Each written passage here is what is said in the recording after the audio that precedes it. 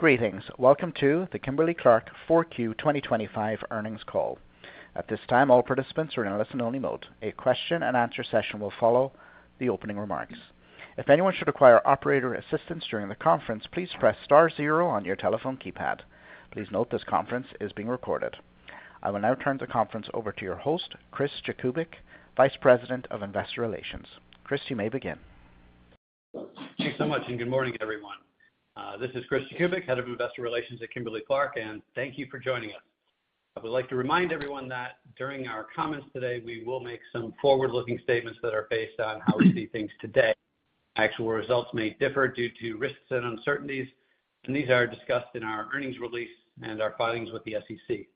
We will also discuss some non-GAAP financial measures during these remarks, and these non-GAAP financial measures should not be considered a replacement for and should be read together with GAAP results. And you can find the GAAP and non-GAAP reconciliations within our earnings release and the supplemental materials posted at investor.kimberly-clark.com. Finally, I will apologize in advance if there are issues with the quality or delays in our audio today because we are all working remotely due to the winter storms. So with that, I'll turn it over to Mike for a few opening comments. All right, thank you, Chris. 2 years ago, we launched Powering Care to unlock Kimberly-Clark's next chapter of growth, building on our 150-year legacy. Now, since then, we've made tremendous progress and accelerated our momentum across the board. Our execution of Powering Care is driving strong results, even amidst a dynamic external environment. In 2025, we continued to advance our volume plus mix growth model, delivering an 8th consecutive quarter of solid volume plus mix performance in Q4. We gained enterprise-weighted share, and we marked a second straight year of industry-leading productivity, with our fourth quarter being the strongest of the year. The energy across our company is palpable. We are introducing consumer-directed, science-based innovation and breakthrough marketing across brands and markets faster than ever before. We're exercising cost discipline and deploying our greatest capabilities across the enterprise to optimize our margin structure. And we've rewired our organization for growth, including strengthening our bench of exceptional leaders and pivoting our portfolio to higher growth, higher margin personal care categories. We've hit the ground running in 2026 and are energized by the opportunity ahead. We've built a robust, achievable plan focused on further differentiating our trusted brands and ensuring we have healthy levels of investment across our value chain. We expect pressure on the consumer and a focus on value to persist. We're confident in our strategy and committed to giving our brands the fuel to thrive. Powering Care has put Kimberly-Clark on a virtuous cycle of growth and positioned this great American company for a better future. We have the right foundation and a proven playbook to capitalize on our pending acquisition of KMB. Acquiring KMB is a powerful next step in our transformation that will compound our momentum. It will advance our trajectory toward higher growth, higher margin spaces, and create a global health and wellness leader positioned to serve consumers at every stage of life. We're excited to seize the vast opportunity ahead and confident we will create significant value for our consumers, our partners, and our shareholders. So with that, let's open the line for questions. Thank you. At this time, we will be conducting a question-and-answer session. In the interest of time, we ask that participants limit themselves to one question on today's call. If you would like to ask a question, please press star one on your telephone keypad. A confirmation tone will indicate your line is in the question queue. You may press star two if you would like to remove your question from the queue.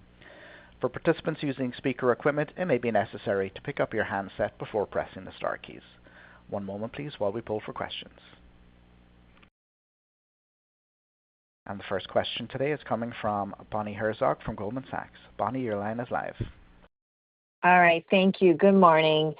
So I guess I was hoping to hear some color on the state of the consumer and what you're doing different in this environment.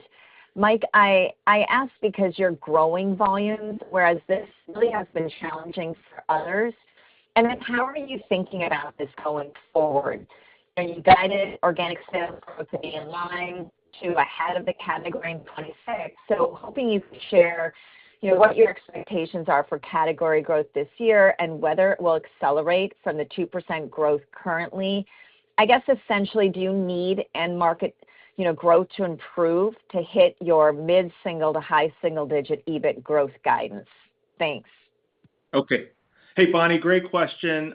Thanks for that. I'll open, and I think Russ has a lot more texture that he's raring to inform you all of, and then I might even ask Nelson to cover a little bit about how it affects the outlook. But one, and I think I think you raised the point that we are growing, and it's a tough environment out there. However, I think the big thing is that maybe 2.5 years ago, Bonnie, we did see that pressure in almost all markets was going to increase on the consumer, and especially in North America, kind of given the state of the middle class consumer. And so, we started to focus on was delivering superior propositions at what we said is every rung of the good, better, best ladder, right? And so we worked really hard to do that, and we continue to see ample opportunity to do that and do that better, and also continue to elevate and expand our categories globally.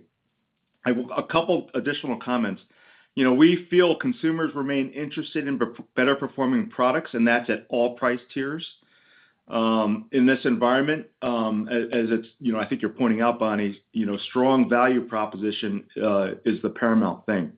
And so we're growing because what we're doing is strengthening our offerings at every rung, and that means we're continuing to bring great innovation at the top end, and then we are rushing that innovation through into our value tiers.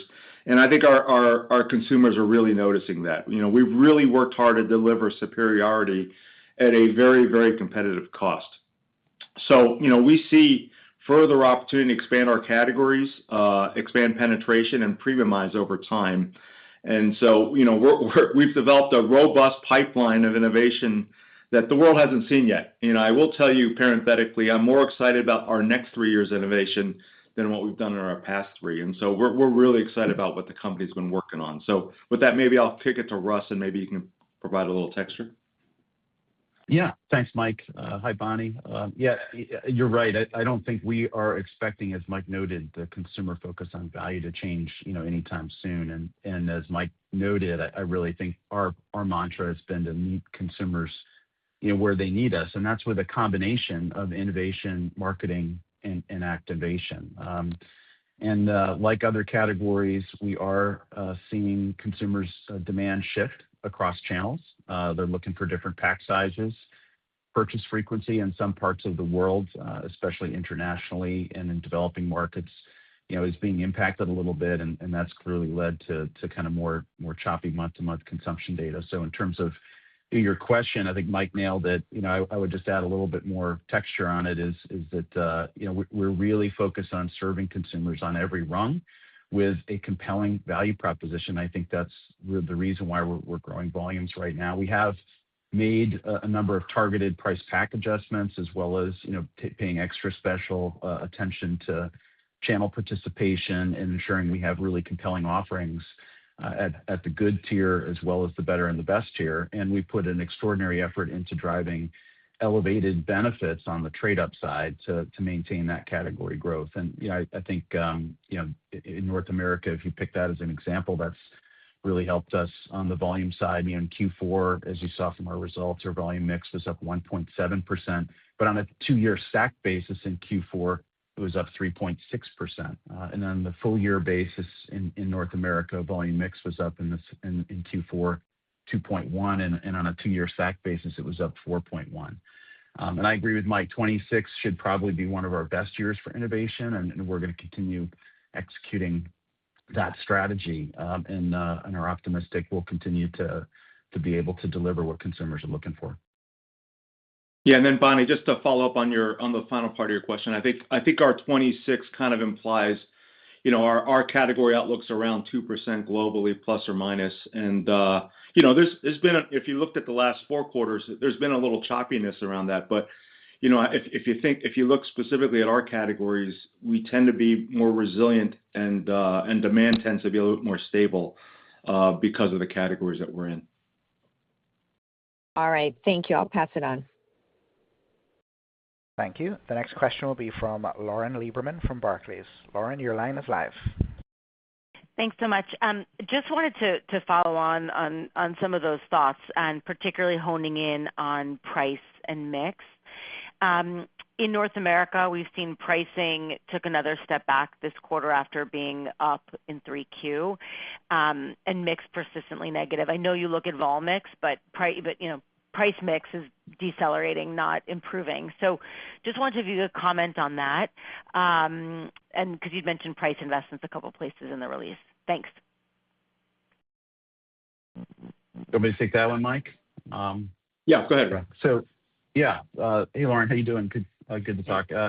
I would say, there's really three things going on there on the price mix. The first thing that I would say is there was a promo dynamic. If you recall, in the third quarter call, we talked about the competitive activity in North America in the second half being, some fairly significant promotional activity, and we, as a result of that, rephased some of our planned activation activity around innovation into the fourth quarter. So you're seeing that come through, and specifically, just to remind you, as Mike said, we're in essential categories, and we don't believe that promo drives incremental consumption, but we will use it as a tactic to drive trial, especially related to innovation that is really sensorial. And we did have a strong agenda of innovation in 2025, and you probably saw some of that. For example, we did move some of that programming on Snug and Dry, which we have a great innovation. It's the softest diaper in the value tier. Our new Generation 2 Core, which provides better protection and more comfort. It was named the #1 diaper with Good Housekeeping, disposable diaper, great consumer rating. So we wanted to get that in the hands of consumers to drive trial. We had other innovations as well, and we did that in the fourth quarter, and those performed relatively well. I would say, just last thing on the promo dynamic before I move on is our in-market promotional activity for the year remains below the category and 2019 levels. And again, we expect that to flow with our innovation. The other two dynamics I'll hit briefly. One is club mix. That's just the consumer moving channels, and that has come through a little bit in our pricing because they're buying larger pack sizes at a lower price per unit. So you see more volume, but a little bit of a drag on the pricing piece there. And again, that's our philosophy of just serving consumers in the channel that they want to shop in. And then the last thing is we did talk about several times making strategic investments in pack sizes, and choices to better align our good, better, best pricing value ladders across the channels, especially ahead of some of the innovation we have coming. And we had made some choices to sharpen the competitiveness of our value proposition. So over the long term, we're going to stay focused on maintaining PNOC's discipline while growing volume and mix profitably. And that will be led by innovation and the focus on category development. And we have a great lineup in 26 to that end. So that that's kind of the direction we're headed, and we're excited about it. Great. Thanks so much. Thank you. The next question will be from Nik Modi from RBC Capital Markets. Nick, your line is live. Yeah, thank you. Good morning, everyone. Mike, a quick clarification. I didn't see anything in the release regarding any updates on closing timing or regulatory filing timing. So if you can provide any clarity on that, that would be helpful. But my main question is really just the state of the U.S. diaper category, especially the dynamics at play at Costco, given Procter is now entering after decades of exclusivity for Huggies. So if you can provide any kind of thoughts on that. Is that kind of embedded in your outlook? How are you going to respond, et cetera, et cetera? Thank you. Okay, morning, Nick. Maybe I'll ask Russ. Maybe you can talk about the U.S. diaper category, and then I'll come back, Nick, and answer your questions on the acquisition. Yeah, sure. Hey, Nick, how you doing?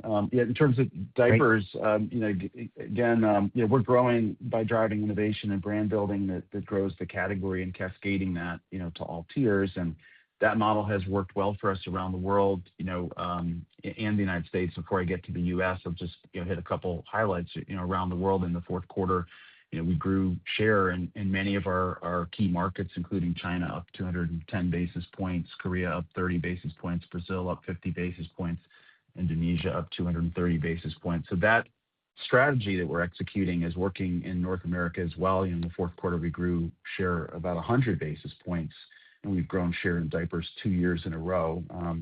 But just with respect to the club situation, the way we look at it is we're really focused on providing consumers with differentiated brand value propositions, no matter what channel they're shopping in, and we're widely available. So is our competition.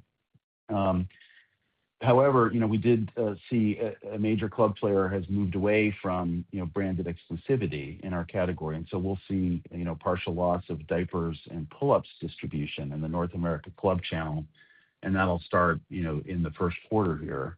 And this is incorporated to your question in our full year expectation of growing, as Nelson mentioned, in line or to better than weighted average category growth.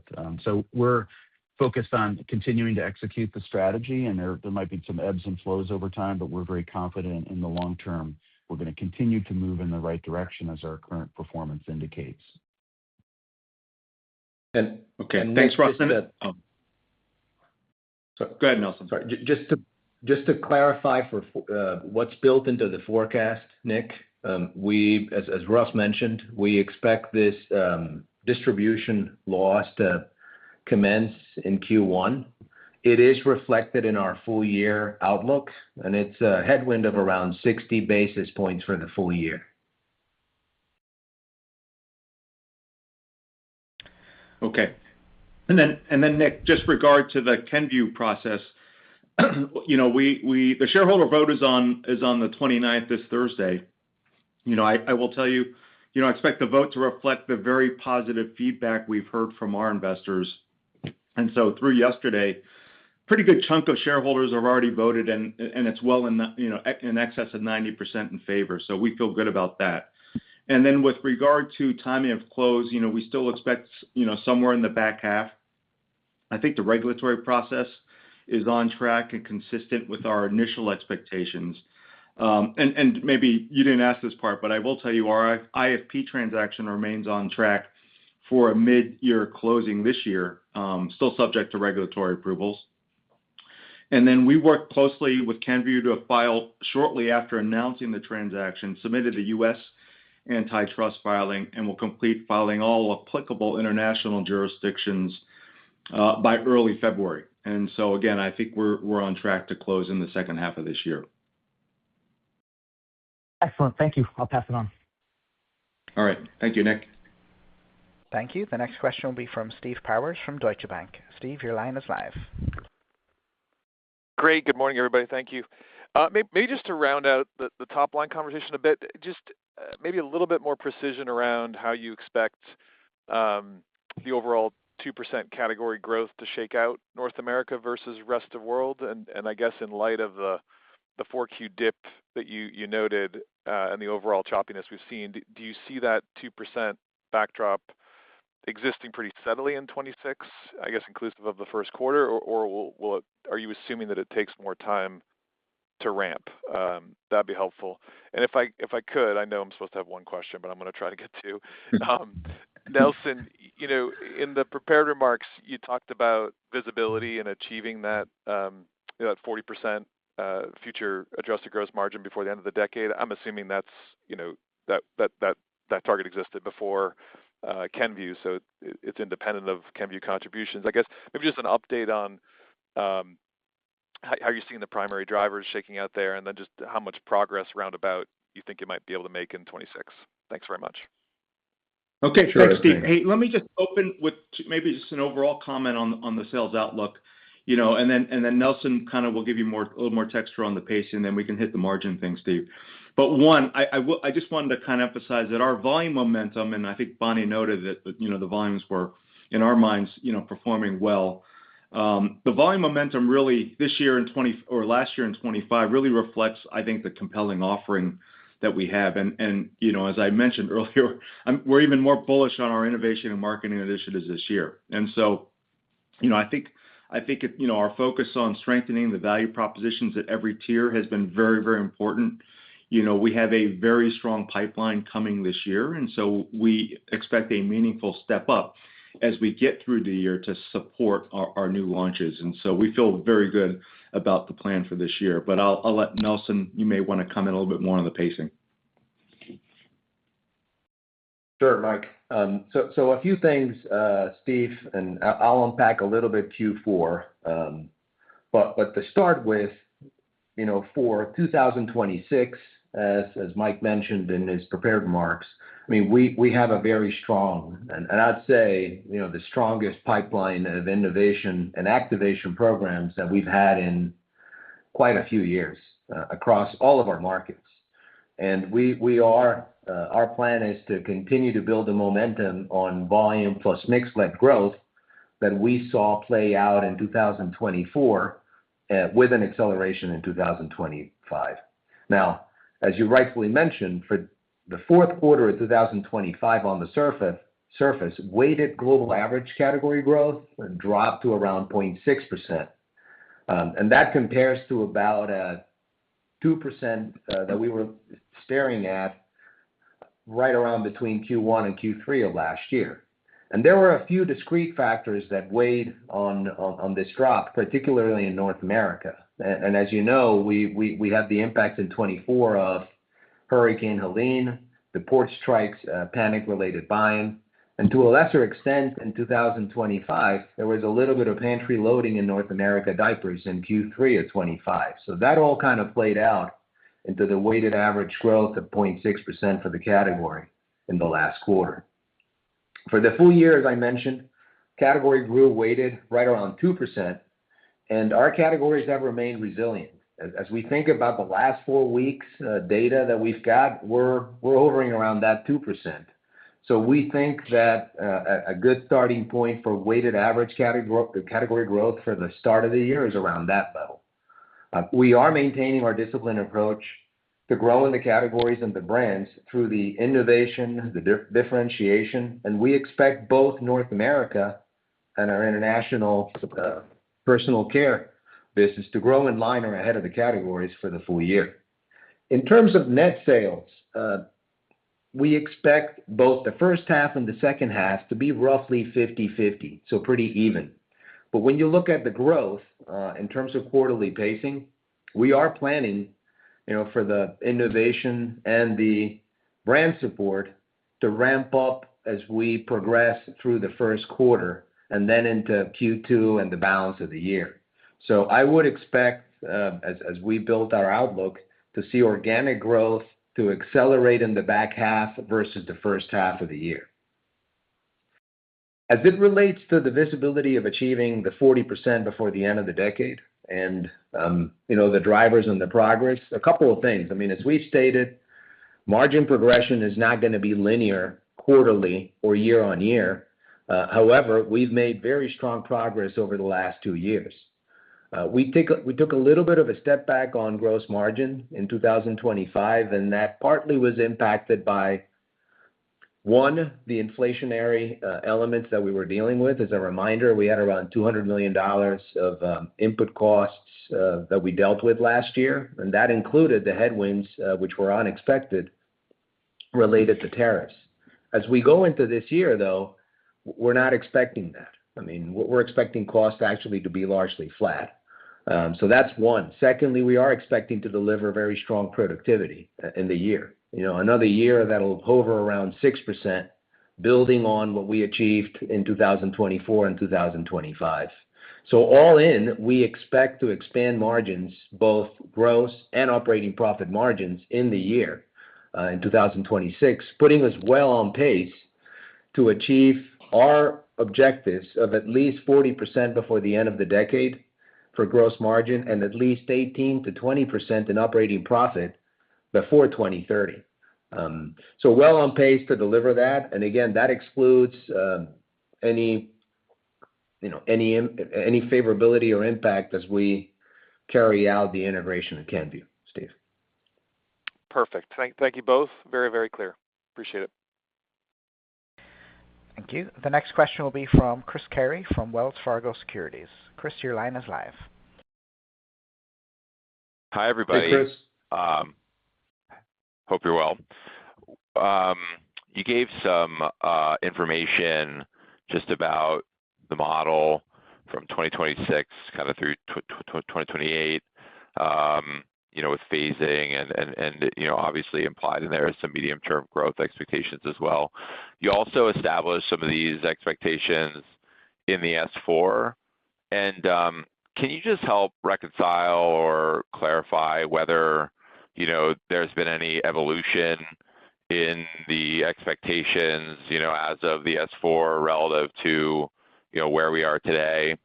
And maybe just because so much of this, medium-term CAGR, is anchored to an acceleration in 2028, just help us, understand the visibility that you have and the confidence that you have that you can achieve those outcomes in a few years from now. Thank you. Sure. So from a modeling standpoint, let me walk you through what we had in the S4 and what we have for 2026. And to your point, our visibility and confidence in getting to our ambitions before the end of the decade. So firstly, a couple of things. We've built into the outlook for this year the momentum that we've got based on the innovation and all the activation plans that we've been building on through 2025 and what we have in place as we commence this year. There are two factors that are coming into the picture as we speak for the outlook for the year, and they've come up in the past couple of months. The first one is we've had a bit of softer than anticipated fourth quarter in the demand in North America and enterprise markets, and this resulted in a lower base of volumes and EBITDA for 2025, and that's reflected in the outlook. The second bit is really around the partial loss of the diapers and training pants distribution in the North America club channel that we just talked about, both Russ and myself, which we are not able to fully offset in 2026. And as I mentioned, that'll be a headwind of around 60 basis points of growth on the year. That is reflected in our outlook, and that, of course, will be a difference that you would see versus what we would have had in the S4. That said, our ongoing business is well positioned to deliver results consistent with the long-term algorithm that we laid out in March of 2024, and these two factors are reflected in the outlook.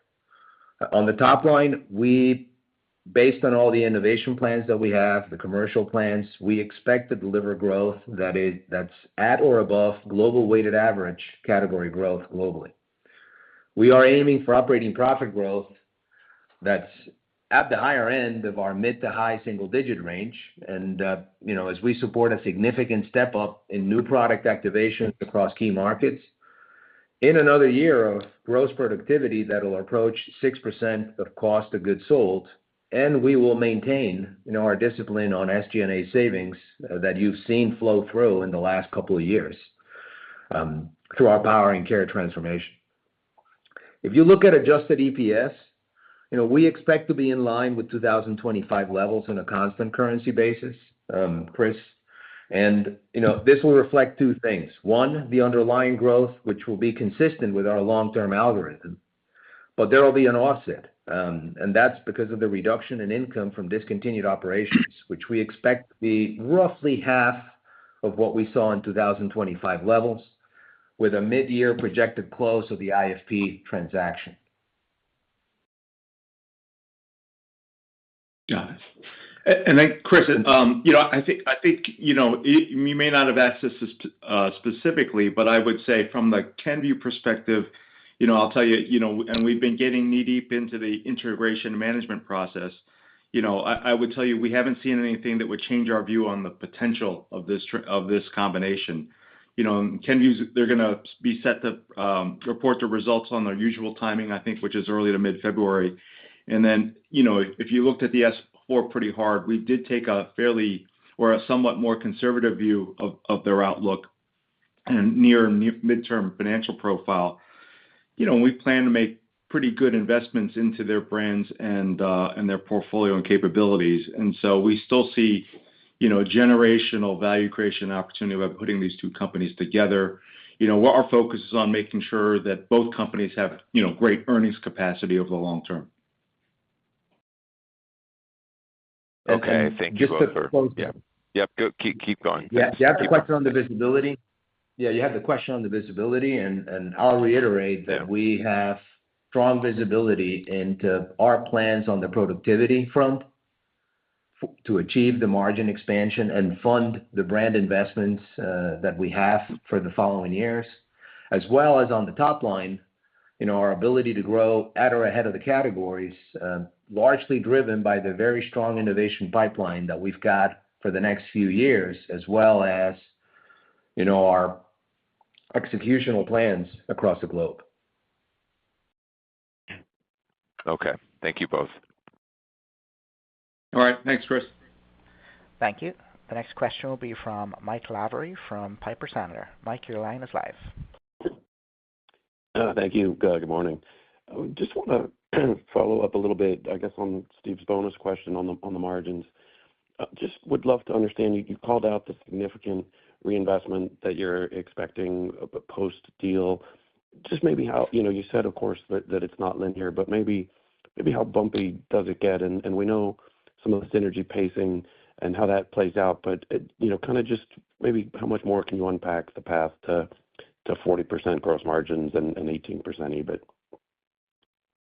Yeah, well, hey, Michael, thanks for the question. Just a comment, I would say, and I'm presuming you're talking about, kind of our standalone, on that, our path to 40. I think we feel like we're making strong progress. We have very good visibility into our path to the 40% and 18 to 20% OpROS aspiration by 2030. In fact, I think we're probably pacing slightly ahead of what we originally planned. Just to confirm or reiterate, Michael, these margin targets are milestones, not a destination. And so, we expect to kind of, exceed that when we can. And then, you'll note that the IFP transaction does create a one-time impact and a better business for both businesses longer term. And we'll update you on that as we get closer to close. But, I think, we feel very good about our productivity delivery. We feel very good about the innovation that we have in the pipeline that's enabling us to drive positive mix and premiumize at the top end of the category, and then grow volume by cascading, those features down through the tiers. So I'll pause there. I don't know if there's anything else you want to click on there. No, that's really helpful. Yeah, thank you. Okay. Thanks, Michael. Thank you. The next question will be from Robert Moskow from TD Cowen. Robert, your line is live. Hey, thanks for the question. Nelson, the argument for gross margin expanding this year, I think reflects, hey, you had $200 million of input costs last year you didn't expect, and then it's not going to happen this year. But if I look back at 25, I mean, one of the was that pricing turned negative, the environment got a lot more competitive. What's to stop that from happening again in 2026? It seems like the environment continues to be really competitive. You're losing some distribution in Costco. You might have to take steps to defend your turf at other retailers. I mentioned the name of the club. I'm just speculating, of course. But how much cushion do you have in the model in case, it does get into that kind of environment again? Yeah, so a few things there, Rob. First, as you rightfully say, as you unpack why we expect margins to expand. One, costs are projected to be neutral year on year, versus 2 years in which we faced about $200 million of costs. Secondly, gross productivity is expected to be right around the 6% level, which will be at the high end of our 5 to 6, and again, another record productivity level for us in the year. And then on the pricing bit, I think it's very important to go back to, what we chatted early last year and what Russ mentioned. We made some strategic price pack architecture and channel price investments, particularly in North America, in towards the end of Q4 of 2024. So as you head into 2026, we're going to be lapping largely that. So that is going to be something that, again, based on what we've modeled and what we put together, that is one aspect that'll be different as we go into the year. So that changes year on year, and it's reflected there. The channel mix and all that bit, that'll continue to play out to some extent, but that's factored into the model, Rob. So hence why, we do see a little bit of a difference between 25 and 26 from that end, and why we're, at this stage, confident in our ability to expand margins in 2026 back to where we, had modeled before. And maybe Nelson, I'll tack on, Rob. I think part of it is also philosophically, we're really not interested in renting share through promotion. And especially, I think Russ mentioned it earlier in the call, which is, it doesn't make sense in a category where consumption is, relatively stable or almost fixed, in a category like bath tissue or diapers. And so what we're really focused on, and I think we had this in our prepared remarks, is kind of having an operating model and a culture that's driving this notion of the elusive virtuous cycle, which, we think is delivering great results, and that includes innovating at all rungs of good, better, best, especially the top end, and pulling it through the value tiers. And then, as you're kind of asking about, making sure that we can invest for impact. And I think we've done a very good job of increasing our investment over the last several years, but also improving maybe the effectiveness of our advertising and our marketing. And for us, we feel like that's a much more powerful lever to pull than trade promotion.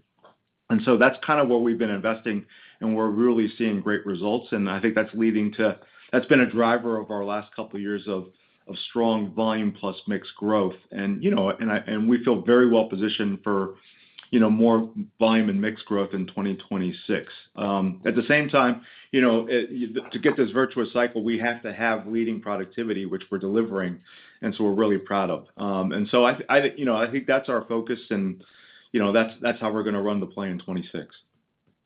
Yeah, I get it. I guess my question is, Nelson, you said that price realization was lower in 25 because of decisions you made in fourth quarter of 24. But from our modeling, the pricing was weaker than expected during the course of 25 compared to the original guidance. Am I wrong, or was a down year for pricing always part of the plan? It seems like it was weaker than you thought. That's all I was asking. We always factored into the plan one, the pricing actions that we were going to take at the end of the quarter in 2024.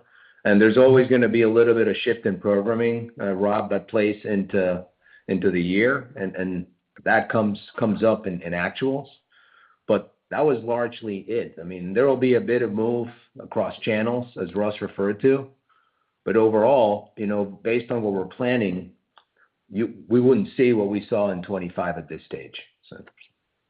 And Rob, keep in mind, I think Russ had mentioned earlier that, and we talked about it on last quarter's call, where, because of competitive activity, we held back on some of our Q3 programming, and we shifted it into Q4. So that would explain some of what you're looking at on a sequential basis. Thank you. Great. If we could take one more question, that'd be great. And the final question today is coming from Edward Lewis from Rothschild & Co. Edward, your line is live. Thanks very much, guys. Yes, I guess a quick one, just looking at the international business. So good share gains, again, and obviously a good end to the year there. And as I look at the results through 9 months on the international gross margins, there's around about a 7 percentage point gap between that and North America. So am I right in thinking that the international gross margin is a big opportunity, and what do you see as the drivers there? Yeah. Hey, Ed, good to hear from you. Yes, international margins are an opportunity. It's something we're focused on improving. I'll let Russ talk a little bit more about it. We feel very good about the progress we're making in international, especially our focus markets. Yeah. I would say a few things. First, I do think that a key part to the equation for us growing is to meet consumer demand at every tier. And we've talked a lot about the good and the better, but the best is a big opportunity for us. And we've seen that where we've expanded margins in international geographies is developing that premium segment. And we believe that there's very, very significant upside in that, especially in geographies where the consumer is still developing and GDP growth continues to allow people to have more money to spend. And so that's one. I think the second thing is we've had no less of a focus on productivity internationally, and we've come up with some really great ways through the wiring that we've executed to be able to leverage our global scale that we've got in markets like North America and China in other geographies to help drive costs down. And so that's another big component. And I would just note that we've been growing significantly, and we've seen that sequentially unfold for us in the markets outside of North America and China. Brazil diapers, organic growth, mid-single digit. South Korea diapers, positive organic growth. Indonesia, positive organic growth, gaining share in Australia. So in fem care and adult care. So that's another element to it, is just the leverage that we'll get as we continue to scale the business. And looking forward to KMB, we think that's another really big opportunity potentially for us. So that's kind of what I would say.